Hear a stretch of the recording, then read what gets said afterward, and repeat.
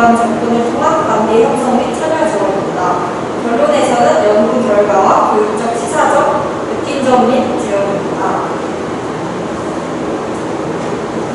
학교 현장에는 다양한 특성과 배경을 가진 학생들이 존재한다.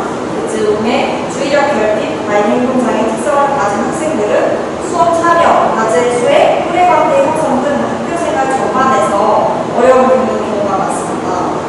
이 학생들은 산만하거나 집중하지 못하는 모습 때문에 의욕이 부족하고 태도가 불손하다고 오해를 많이 받습니다. 그러나 최근의 연구에서는 이런 어려움을 단순한 태도나 동기 부족의 문제가 아닌 실행 기능의 어려움으로 설명하고 있습니다. 계획, 우선순위 설정, 실행, 자기조절 등 인지적 기능을 의미하는데 ADHD 학생들은 이 영역에서 상대적으로 많은 어려움을 겪는 것으로 보고되고 있습니다. 실제로 ADHD 학생들은 할 일을 인지했음에도 과제를 시작하거나 행동으로 옮기는 과정에서 어려움을 겪습니다. 핵심적인 어려움 중 하나를 활동 억제와 자기조절의 문제로 설명하며 이 특성이 학업 수행과 학교 수행 전등에 영향을 미칠 수 있다고 주장하였습니다. 제가 수업을 나갔던 학교는 제 목표였던 세종대성고등학교 1학년 8반이었습니다. 그 반에 한 학생이 ADHD가 있었는데 그 친구를 보고 제가 제 고등학교 시절의 기억이 나서 이 친구로 한번 사례 연구를 해봐야겠다 생각을 하게 되었습니다. 처음 학교에 가서 하루 생활을 했을 때 이 친구는 바로 눈에 띄었습니다. 이 연구의 대상은 ADHD 진단을 받았고 약물 치료와 심리 상담을 병행하고 있다는 남학생 한 명이었습니다. 과잉 행동이 두드러지지는 않았는데 주의 집중의 어려움과 과제 시작의 어려움이 나타나는 것을 확인했습니다. 항상 이 학생이 수업 시간에 책상에 엎드려 있거나 자는 모습을 보였으며 교사의 지시가 제시됐음에도 적극적으로 행동하지 못하는 경우가 많았습니다. 청소 시간이나 단체 활동 시간에 무엇을 해야 될지 몰라서 욕구를 배회하는 모습이 적극적으로 보였습니다. 그러나 깨어있는 시간에는 그림을 그리는 활동에 높은 흥미를 보였으며 그리는 동안에 장시간 동안 집중력을 유지하는 모습을 보였습니다. 이 모습에서 학교생활 전반에서는 어려움을 겪고 있으나 관심 분야에서는 강점과 잠재력을 가지고 있음을 확인했습니다. 이 연구의 목적은 ADHD 학생의 행동을 실행 기능의 관점에서 이해하는 것입니다. 또 학생의 강점과 흥미를 발견하여 긍정적인 관계를 형성합니다. 셋째, 학생의 강점을 활용한 교육적 지원을 통해 학교생활 참여를 촉진합니다. 넷째, 사회 concept를 통해서 ADHD 학생 지원을 위한 교육적 시사점을 도출합니다. 본 사례의 대상 학생은 저희 24번 남학생이었습니다. ADHD 진단을 받았고 약물 치료를 하고 있었으나 학업 전반적으로는 많이 어려움을 겪고 있었습니다.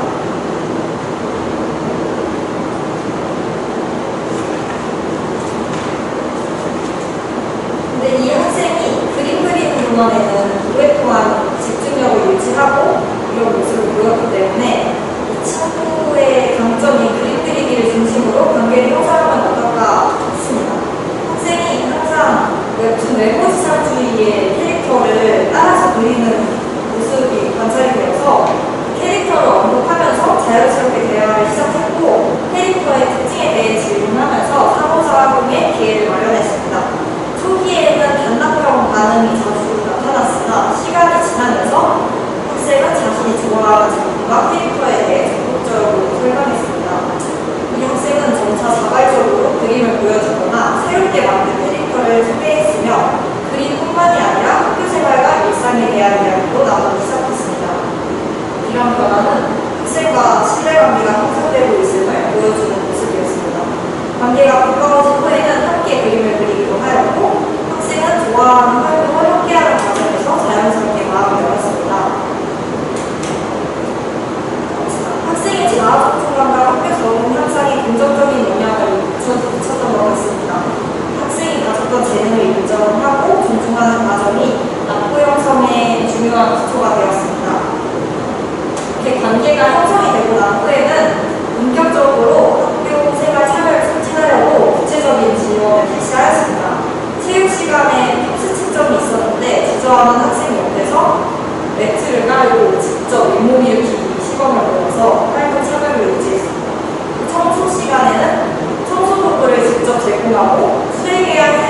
수행하는 행동을 단계적으로 안내했습니다. 이렇게 구체적인 행동 단서를 제공하자 학생들은 이전보다 쉽게 활동을 시작했습니다. 그리고 작은 행동이라도 실행했을 때 너무 잘했다, 덕분에 교실이 깨끗해졌어, 이렇게 칭찬과 격려를 제공하였습니다.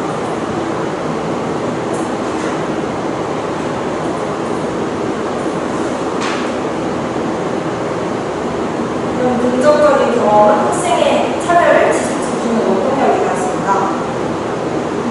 실제로 학생은 청소구역과 수행해야 할 행동을 안내받고 나서 쉽게 활동을 시작하고 나중에는 제가 시키지 않아도 스스로 시간이 되면 청소를 시작했습니다. 또 수업 시간에 늘 자는 학생이었는데 수면 패턴 개선을 위해서 생활 습관에 대한 대화를 지속적으로 나눴습니다. 규칙적인 지침의 필요성과 충분한 수면이 학교 생활에 미치는 영향에 대해 이야기를 하였으며 학생이 스스로 점검할 수 있도록 격려하였습니다. 나중에는 학생이 오늘은 학교에서 안 잘 거예요, 어제는 일찍 잠들었어요 라고 이야기하면서 자신의 생활 습관을 개선하려는 의지를 보여주었습니다. 이는 학생이 단순히 지시를 수용하는 수준을 넘어서 스스로 변화를 시도하는 길을 형성하였음을 보여주는 사례라고 할 수 있습니다. 대상 학생은 또래 관계 지원 역시 중점을 두었습니다. 학생은 수업 중에 자는데 학생들이 깨우는 것에 반응하여서 욕설을 사용하는 경우가 있었습니다. 이로 인해 또래 친구들로부터 오해를 받는 상황이 발생했습니다. 그러나 학생과의 상담 과정에서 친구들을 싫어하는 것이 아니라 오히려 자신의 행동에 대해 미안한 마음을 갖고 있다는 것을 확인했습니다. 어느 날 학생이 그분들과의 관계에서 발생한 갈등과 오해에 대해 저에게 먼저 찾아와서 이야기를 해줬습니다. 사건이 어떻게 발생하였고 나는 어떤 마음이었는지 먼저 이야기를 해주었는데 저는 학생의 이야기를 경청하고 또래 학생들의 입장을 충분히 이해할 수 있도록 지원하였으며 비공식적 상담을 통해서 상호 간의 오해를 해소할 수 있도록 중재하였습니다. 학생은 학교 생활 중 고민이나 어려움이 생겼을 때 먼저 찾아와 이야기하는 모습을 보여주었습니다.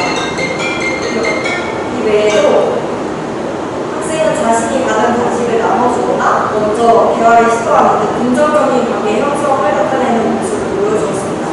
이런 것들이 학생과 연구자 사이에 신뢰와 친밀감이 형성되었음을 보여주는 사례라고 해석할 수 있습니다. 이후 또래 학생들의 부정적 인식이 감소하였으며 학생 역시 또래 학생들을 배려하려는 모습이 보였습니다.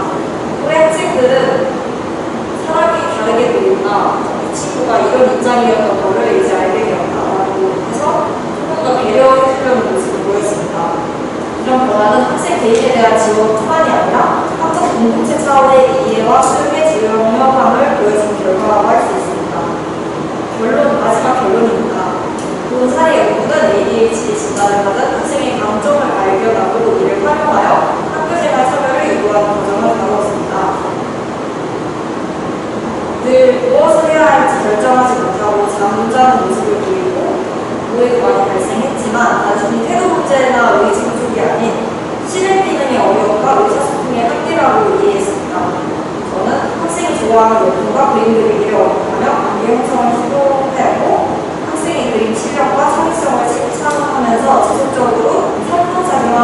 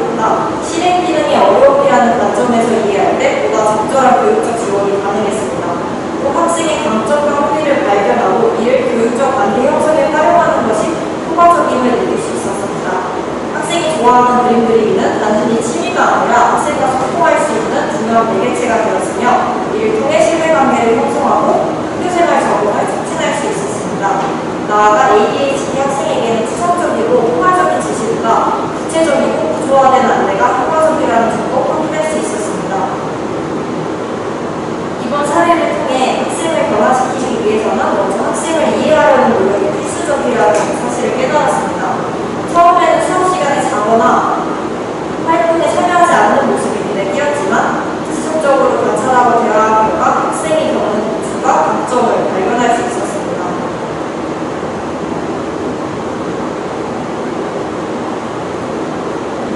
앞으로도 학생의 행동만을 보고 판단하는 것보다 그 이면에 존재하는 어려움과 잠재력을 이해하는 교사가 되고 싶습니다. 이것을 교수님께 말씀드렸을 때 교수님께서는 제가 어떻게 보면 소울메이트였는데 떠났기 때문에 조금 상실감을 느낄 수도 있다고 하셨습니다. 그래서 담임 선생님께 연락을 해서 추후 지도를 하는 것이 어떠냐고 하셨습니다. 만약에 누구누구 학생은 잘 지내고 있나요? 이런 식으로 한 번씩 확인하면 더 좋을 것 같다고 하셨습니다. 혹시 질문 사항이 있으신가요? 연락을 해볼 생각이 있으신가요? 저는 많이 있습니다. 근데 연락하는 게 좋은 건가요? 나는 아니라고 봐요. 다들 좀 있겠죠? 근데 아까 교생실신 나가서 이렇게 해서 따로 공모서를 작성하는 거예요? 아니에요. 내 생각에는 그 강력수생 분반에서 따로 피를 받았다는 얘기죠. 이거는 소감 얘기할 때 이런 사례도 한번 말씀을 드렸는데 직접 연락하는 거는 하라고 하신 게 아니라 담임 선생님을 통해서 우리 학생 잘 지내고 있나요? 이 정도 하는 것이 나는 개인적으로는 남학생이라서 좀 되게 혼란스럽게 하는 너무 잘 모르겠지만 그렇게까지 나는 궁금한 게 얼마나 있지만